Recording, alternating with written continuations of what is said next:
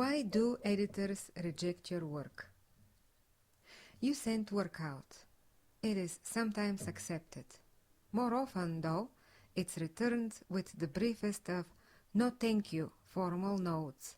You even send your submission with the envelope in which the rejection will arrive.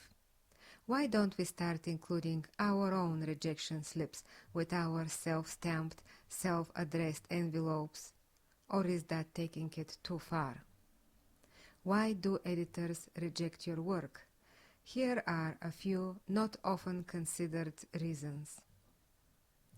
1. He or she likes someone else's work better. We are taught not to be competitive with other writers, but ultimately there are more authors than space in the publication, and the editor has to choose whom to include. Editors with integrity will make a choice based on the quality of the work, not based on who the writer is, although it's hard not to take that into account. What can you do about that? Send only your best work and list your important accomplishments in your bio. And read other people's work. How else would you know what you're up against? 2. He or she has already accepted too much work by other people. Again, there is limited space in the magazine, a countable number of months in the publication schedule, and sometimes it's really hard to say no to a great manuscript. Therefore, more often than not, presses and magazines are committed for at least a year in advance. What can you do about that? Look for calls for submission and send work there.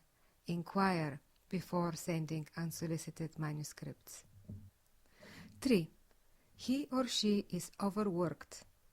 It doesn't help your case if the editor is filled with dread every time he looks at his inbox or the pile of envelopes on his desk.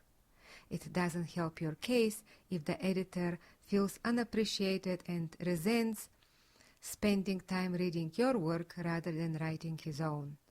So, why should you suffer from the editor's fatigue and grumpiness? You shouldn't.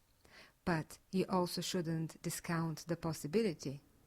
What can you do about that? Well, my suggestion is to always make sure you send a brief thank you note to the editor, no matter what the outcome. It may not help you in this particular situation, but in the long run, it will improve the working environment, and that is a step in the right direction. 4.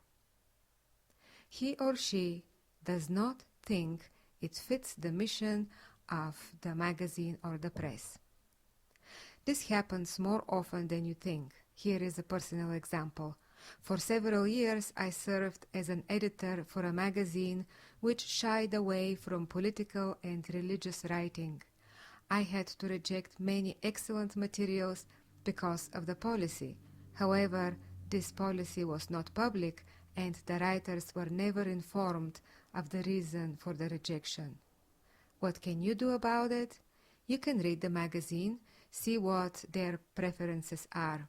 If you read the publication and you do not like a single piece you see in it, chances are the editors won't like your work either. If your style, diction, or even thematic are very far away from the ones already published, I'm sorry, but your chances for publication may be less than stellar. 5. He or she simply cannot appreciate it because you are a much better writer. That very well may be. Not all editors are created equal, and some have more generosity, experience, and courage than others. We, the submitters, can only hope for a fair read. What can you do about it? The hardest thing of all, to not take the editor's decision personally, neither the rejection nor the acceptance. Having stated these reasons, I want to add that, in my opinion, 95% of the time the editors reject your work because they don't like it enough. Maybe they are right, maybe they are wrong. It's their choice, and we need to accept it and respect it. If you want the choice to be yours, start your own magazine, press, journal, blog, make your own selections, and publish work you think should be seen. It could be a wonderful experience for you, your readers, and the authors you choose to publish. It will also be an unbelievable amount of work